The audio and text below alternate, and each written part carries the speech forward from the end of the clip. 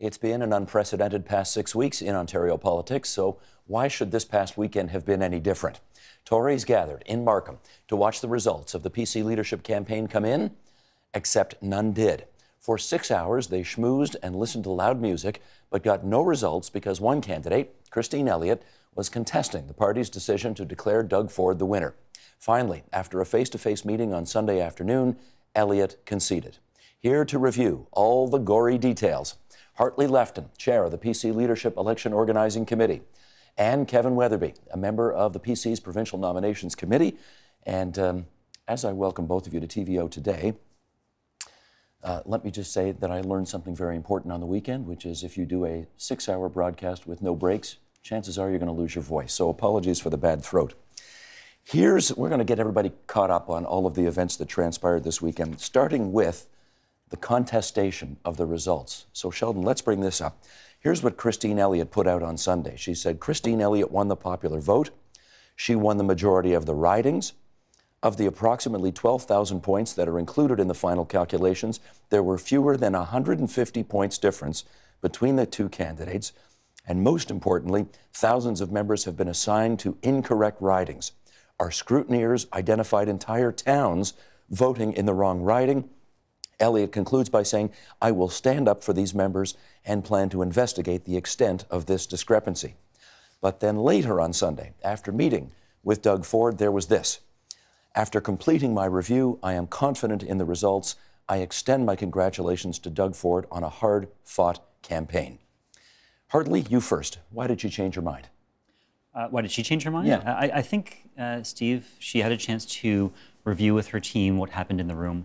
She had a chance to review the numbers and saw that, unfortunately for her, the math just was not there for her. The issue of the discrepancy was much more narrow than I think that she believed when she issued her first release, and ultimately she agreed that Mr. Ford was properly elected leader under our rules. And presumably you had a significant role in trying to convince her that math was math? Well, no, I was not involved in convincing her. That would have been her team. But we certainly worked closely with her team that night in the room to go through the numbers and how everything worked out to show that the discrepancy would not have had any effect on the results. Kevin, have you heard any speculation emerging from that Ford-Elliott meeting as to why they decided to bury the hatchet?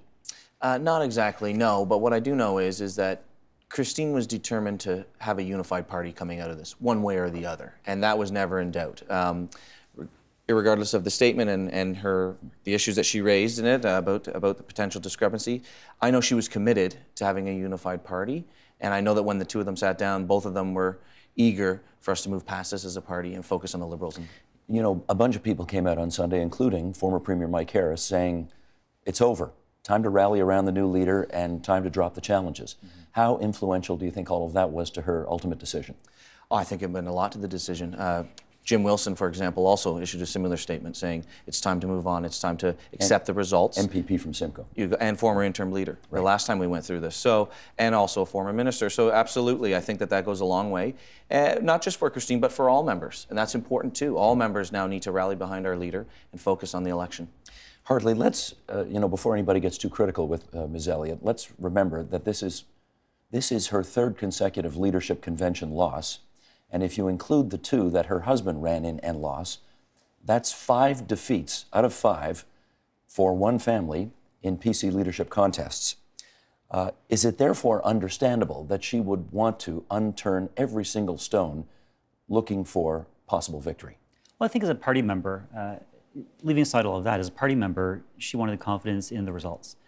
And so when we were in the room on Saturday looking through all the math, looking through all the allocations, we cared about that as party members to make sure that the leader that we announce is the leader that we have 100% confidence in, the leader that our auditor has confidence in having won the election according to our rules, the chief electoral officer as well.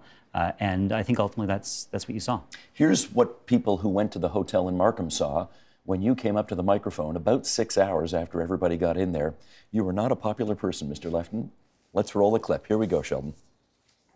We apologize very much for the delay. I know that we're all very, very excited. There's a review underway about an allocation of a certain list of electors that needs to be resolved because it may have an impact on electoral votes. We expect this review to be resolved in the short term, and by that I mean as soon as practically possible.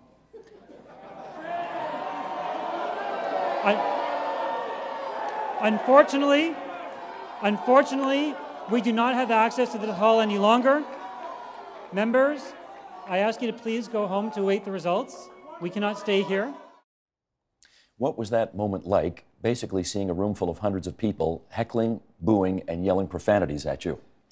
Well, it wasn't the highlight of my night, but I will say, Steve, that it didn't matter what I felt. What mattered to me was that we got the answer right, not that we got the answer right fast.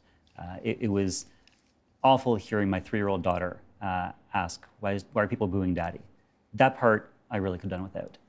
But I understand frustration of members. I understand people certainly having been in that room for a while, expecting something, the new leader to be announced, the new premier to be announced. So I'm not premier yet. Well, the person we hope to be premier. Okay. I'm very sympathetic to the frustration, but ultimately, as I say, the most important thing was getting the answer right and making sure that people who were in the room understood the process, that there was a fair hearing of all the arguments, and a final decision made that was signed off by our auditor. Well, here's why I think there was so much confusion at the convention on the weekend. Not blaming anybody for it, this is just the facts. You have a system that is a different system from what other parties have run by, and we'll show the numbers here. Christine Elliott, on the third and final ballot, got 32,202 votes. Doug Ford got 30,041 votes, meaning she won the popular vote 51.7 to 48.3%. However, because the PC party goes by 100 points per riding, 124 ridings, those votes get redistributed in a different way. And when those numbers are redistributed, you've got Ford with 50.6%, Elliott at 49.4%. Can you understand, I guess, why people look at those numbers and say, wait a second, Elliott got more votes, she won more ridings, how is it that she's not the leader? Because the rules are the rules. We've followed this process for 6 straight elections now. 1990, 2002, 2004, 2009, 2015, and now 2018. In each of those 6 elections, we've run effectively the same system. 100 points per riding, the same system that the federal party runs. 100 points per riding, the most electoral points wins. It's effectively the electoral college. I hear what you're saying, but I don't think in previous attempts that the person with the most votes ever lost. You've got an anomaly this time where the person with the most votes actually lost. That's fair, but ultimately the rules are the rules. Everyone knew the rules going in. The rules prioritize people who get a broad set of support among a broad set of ridings. And if you get enough electoral votes, then you win. And we saw that with Mr. Ford. I'm very sympathetic to the other view. The rules were set 6 weeks ago. The rules were the same as we've had the previous 5 elections, and they weren't a surprise to anyone. Kevin, let me ask you this. I mean, the fact is this does happen in general elections as well, where the party that gets more votes doesn't always win the most seats. You know, so this is not completely unknown to Canadian politics. However, having said that, do you think this raises any questions about the integrity of the process or about whether you need to relook at how you elect your leaders, given that the candidate with the most votes actually didn't get the most points and therefore lost? No, not at all. I don't think so. No one wants to revisit it. No, and I'll tell you why, Steve, because it's important to make sure that our members from all regions of the province have an equal say in who the leader of the party is. And the votes, of total votes, the reason you want to stay away from that is what you don't want is pandering to certain regions where you can drive up membership vote in a certain region, and then the rest of the regions don't have a say. If you look at it by riding, which we saw in your Twitter feed, you'll see a very clear closeness across all the ridings.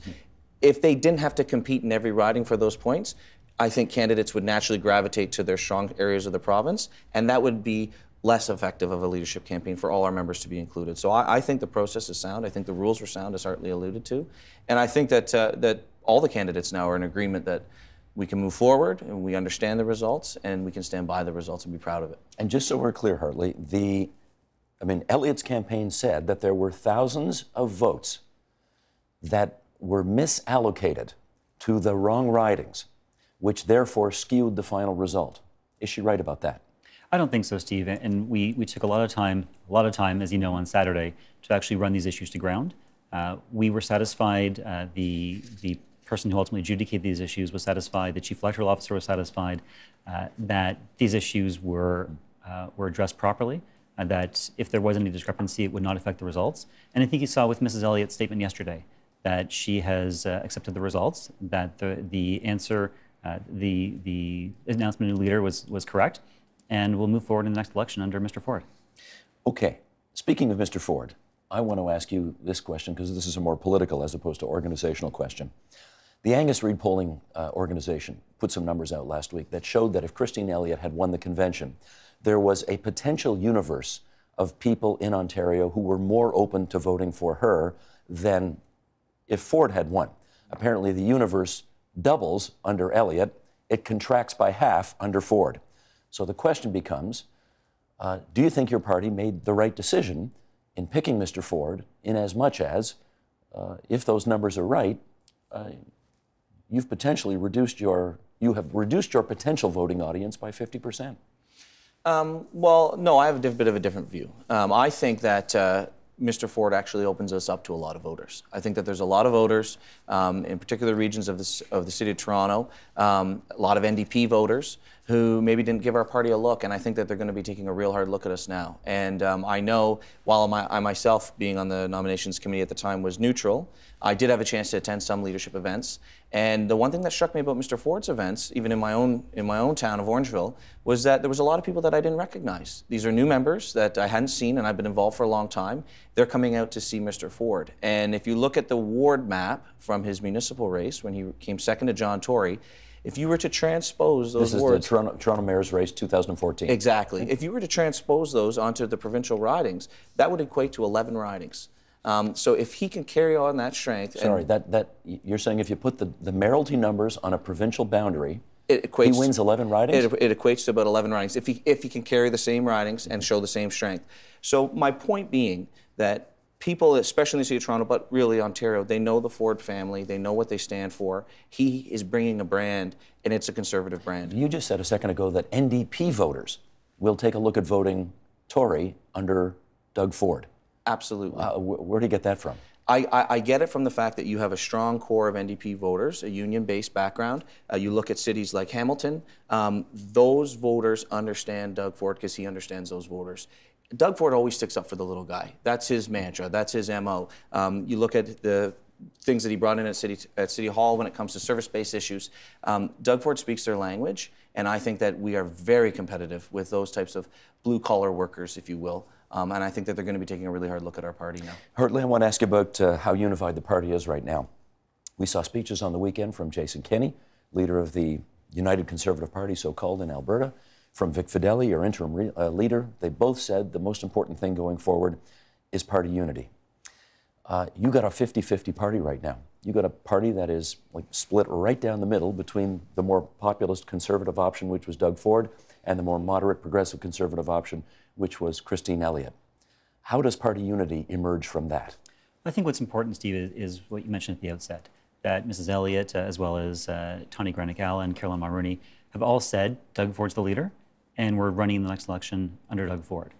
There's no dispute at that level of who won on Saturday, and I think that it'll take certainly more than an hour, but as time goes on into this week and maybe into next, we'll find party members say, I'm on Team Ford. There is certainly, in any leadership, there's some division, but I think that the Kenney message, the Fideli message, the Elliott, Mulroney, Allen messages, and the Ford message, all about unity, will really take root within party members who really have an interest in replacing Kathleen Wynne on June 7th. And for those, Kevin, who say, we remember the Ford administration at Toronto City Hall, the Ford family brings a certain particular style. Some might call it a kind of a chaotic style into public life. For those who don't want the chaos candidate, what's the entreaty that you make? My entreaty would be to give him a chance and hear him out, because we know what the alternative is. We've seen the alternative. We've seen the cuts under the Liberals in healthcare, for example, 1,600 nurses since 2015. Mr. Ford has been very clear that that's not the kind of government that he will run should he be elected premier. And I know myself, being a nomination candidate myself, that's what people care about. That's what voters at the end of the day care about. I know our members, there have been some issues with the leadership process, and I understand that and respect it. But most Ontarians, the voters out there, they're worried about healthcare. They're worried about jobs. Okay, I got to jump in on that there. Sure Are you going to be able to convince Ontarians that the Liberals have cut healthcare when you've got anywhere from a $4 billion to $16 billion hole in your platform?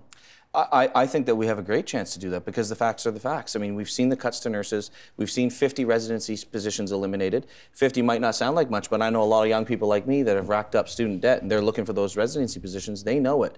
We've seen the physicians that have come out and said the cuts are there. Hospital budgets have been frozen.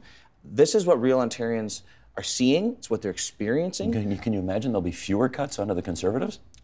Well, that's certainly what Mr. Ford has prioritized, because I think if we streamline some of the problems, if we find efficiencies, we can reallocate funds and we can put it where it matters, which is in healthcare. I don't know if you're in the business of giving political advice, but I'm going to ask you this question anyway.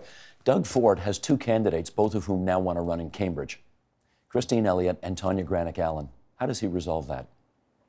I think that he will resolve it. I think that ultimately he'll sit down with Mrs. Elliott, Ms. Granick-Allen, and they'll figure it out. That's not really a practical concern, I don't think, Steve. It's something that will be managed logistically and organizationally, but I think that will resolve itself. But you've got two high-profile candidates. Doug Ford expressed great simpatico with Tanya Granick-Allen, and of course Christine Elliott is the person with whom he has to make peace in order to bring the party together. Someone's going to be left disappointed at the end of that. I think also what you'll find is an excellent candidate in the riding of Cambridge, someone who will win back that riding for the party, and I think that whoever's elected will do a great job for the voters of Cambridge, and whoever goes in different riding will do a very good job for the voters of that riding. What do you think? How does Doug Ford resolve that? Too early to say at this point, but I have confidence that they can all come together and find a solution that's not only the best for the two candidates, but also for the members in the riding and the people of Cambridge. We've got just a minute or so left here, and I want to show you a picture which was one of the saddest pictures we saw at the convention on the weekend. There it is right there. All those sad balloons waiting to fall down on the new PC party leader, and they never fell because there were no results announced, and then everybody got told to go home. What happened to all those balloons, Hartley? I'm actually not sure, Steve. After we had to clear out the room, there were people setting up for a fashion show the next day. There was a dress rehearsal for the fashion show that night.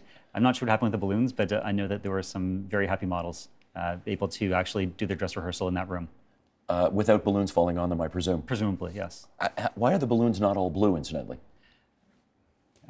It looks better to have different colors. It reflects the tapestry of our party. You can tell that we asked the deep, penetrating questions here. Clearly. What color are the balloons? Okay, gentlemen, I want to thank you on short notice for coming into TVO tonight and helping us out with this. It was, by all accounts, a fascinating and bizarre weekend, but it has been for the last 6 weeks, so why should last weekend have been any different? That's Hartley Lefton, who is the chair of the Leadership Election Organizing Committee, who's now thrilled that he can go back to just practicing law at Denton's, your old job, as it were. Yes. And Kevin Weatherbee, PC Party Regional VP. He's looking for the nomination, incidentally, in the federal riding of Dufferin-Caledon, and he was a member of the Provincial Nominations Committee. Hartley and Kevin, thanks so much for coming in tonight. Thank you, Steve. The Agenda with Steve Paikin is brought to you by the Chartered Professional Accountants of Ontario, helping businesses stay on the right side of change with strategic thinking, insightful decisions, and business leadership. Are you on the right side of change? Ask an Ontario CPA.